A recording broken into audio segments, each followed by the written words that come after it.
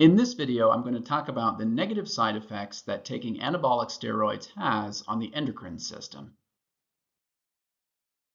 So the first thing that we want to do is understand where testosterone comes from and what causes it to be released. To start off with, we can look at the image on the screen, which is an internal and sideways or lateral view of the brain. And specifically, the part to focus on is right here, which is called the hypothalamus. Underneath the hypothalamus is this spherical-like structure. It's been enlarged quite a bit in this image, and it is called the pituitary. So to continue on with this discussion of the hypothalamus releases a hormone abbreviated GnRH. That stands for gonadotropin-releasing hormone. And when the hypothalamus releases gonadotropin-releasing hormone, what it does is it goes to the anterior pituitary, the spherical structure that lies underneath it, and gonadotropin-releasing hormone tells the pituitary to release two other important hormones, abbreviated LH and FSH. That stands for luteinizing hormone and follicle-stimulating hormone. So the next question is, if GnRH tells the pituitary to release FSH and LH, then what does FSH and LH do? Well, first of all, the one that we're particularly interested in is luteinizing hormone, or LH. And what LH will do is it will go to the testes, and it will tell the testes to release testosterone. So the testes are what produce and release testosterone, but they're told to do it by luteinizing hormone predominantly. This pathway can't continue on forever, because if it did, testosterone levels would just keep going up and up and up and up, and that would not be a good thing.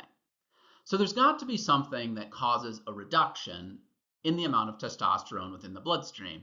And ironically, it's testosterone itself. So as testosterone rises in the bloodstream, what it does is it signals the hypothalamus to release less GnRH. Another way of saying this is elevated testosterone levels in the bloodstream inhibit the hypothalamus from releasing GnRH. So if less GnRH is released from the hypothalamus, then of course less FSH and LH will be released from the pituitary. And if less LH and FSH are released from the pituitary, of particular importance is LH, then there's not going to be much LH to tell the testes to release testosterone. So because of the reduction in LH, the testes will release less testosterone, and testosterone levels will fall. So one last thing before I get to the main point. If this were allowed to continue on indefinitely, then testosterone levels would just keep falling and falling and falling and falling, which would not be a good thing. So instead, what happens is as testosterone levels fall, there is less inhibition of the hypothalamus. Essentially, the hypothalamus becomes more active and starts releasing more GnRH again. And if more GnRH is released from the hypothalamus, then the pituitary will release more LH and FSH again.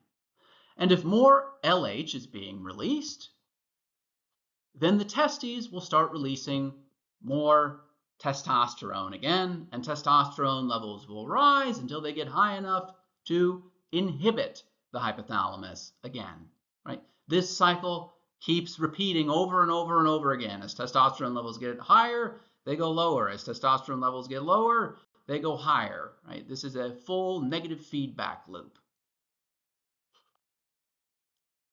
So now, why is it potentially so bad and dangerous to put anabolic steroids into someone's body, especially a younger and developing person? Because what this involves is putting incredibly high quantities of testosterone or some derivative of testosterone into the body. And this means that testosterone levels in the bloodstream will get way higher than they ever could naturally. And if we think about this loop or this pathway, if testosterone levels get way higher than they naturally ever could because somebody's taking anabolic steroids, then what's going to happen is there's going to be significant inhibition of the hypothalamus. Much greater inhibition of the hypothalamus than someone would ever get naturally. Their hypothalamus is going to be significantly inhibited, and it's not going to release much or potentially any GnRH. And if very little to no GnRH is being released, we can conclude that the pituitary is going to release very little to no LH and FSH. And if very, very little to no LH is being produced, then of course the testes are going to release very little to no natural testosterone. Natural testosterone production and release will essentially cease to exist. So you might say, okay, that's fine. If testosterone levels begin to fall, then shouldn't that then cause the hypothalamus to become more active and start releasing GnRH again? And the answer to that is no, because in most cases, the person's going to keep taking more and more anabolic steroids, right? They're going to keep putting more and more testosterone or some derivative of testosterone into their body. And this is going to happen on a multiple times a week or weekly basis. And their testosterone levels, because of an exogenous external source, meaning they're injecting themselves, their testosterone levels are going to stay incredibly high within their bloodstream. And that's just going to keep inhibiting the hypothalamus chronically. The hypothalamus is going to stay inhibited to a significant degree as long as this person stays on these anabolic steroids. And that means the hypothalamus can potentially go through months where it hardly releases any GnRH. And if it hardly releases any GnRH, then the pituitary hardly releases any FSH and LH, and that means this person goes through months where they hardly release any natural testosterone from their testes because there's no LH to tell the testes to release it.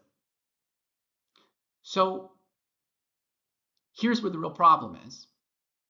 You say, all right, after a couple months, the person decides to stop taking the steroids or cycle off of them, as it's often said. And if they cycle off the steroids, they're going to go from having these incredibly high testosterone levels, right? High testosterone. So all of a sudden, when they stop, the testosterone levels are just going to sink down to nothing, right? They're off of the testosterone that they've been taking, the anabolic steroid, and now their testosterone levels are like zero, right, in their bloodstream. So at this point, you'd ask yourself, well, okay, now there's a reduction in testosterone, a true reduction in testosterone within their bloodstream because they're off of the anabolic steroids. Shouldn't the hypothalamus now kick in and become active and start releasing GnRH? Yeah, theoretically, it should. But what is crystal clear is that's not what happens. Because of the months of, and sometimes years, chronic inhibition of the hypothalamus and reduction in GnRH release, when the person gets off of the anabolic steroids and their testosterone levels fall, the falling of testosterone doesn't cause the hypothalamus to all of a sudden just kick on and start releasing GnRH to meaningful degrees again. This can take months, years, and in severe cases, a lifetime. And that means for an incredibly long time, people can go through periods where their GnRH levels are incredibly reduced. And then we can follow the stream, right? That means that their LH and FSH levels are incredibly reduced. And that means they're not releasing hardly any natural testosterone, because the whole pathway continues to stay knocked out for a very long time. Now, there are some pharmaceutical drugs which can help with getting natural testosterone levels to rise. However, just like all pharmaceutical drugs, they're imperfect. They work to some degree, but they don't work perfectly, and in some people, they don't work very well at all. So at the end of the day, after a anabolic steroid cycle, testosterone levels can stay severely depressed for very long periods of time afterwards. And especially in a younger person, that can be problematic for even brain development, because testosterone is clearly important for that.